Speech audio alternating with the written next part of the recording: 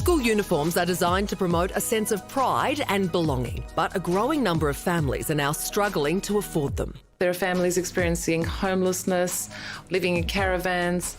A story of two brothers who were sharing the one school uniform and would come to school on alternate days. There's a great sense of shame, and students don't want to go to school if they don't have what their peers have. The average uniform costs parents around $326, but with most now featuring school logos, parents can no longer just swap in generic lookalike garments bought from chain stores.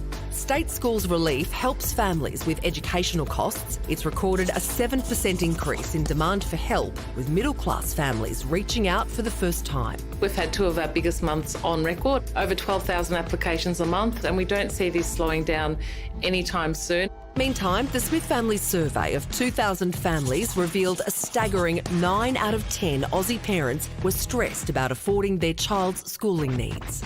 People on low incomes, when there's high interest rates and inflation, have to make impossible choices as to the essentials that they can afford and the things that they unfortunately can't afford. I find that when I buy them new, they're ridiculously expensive. The site that you have to buy them from didn't take the vouchers, the back-to-school vouchers. It's gone up, I would say, the past 2 years, I'd say. I think both for cost and sustainability reasons, it's best to use second-hand where possible. If your children go to a school where they have to have a uniform, it should be subsidised. Today calls for both schools and state governments to step in and help drive down costs. So I guess the solution is for schools and school councils to look at making uniforms a little bit more simple so that parents can substitute the items if need be. Access to essentials like a school uniform so they feel part of the school community is so incredibly important to make the most of this tremendous opportunity of a great education to set up a young person for their future.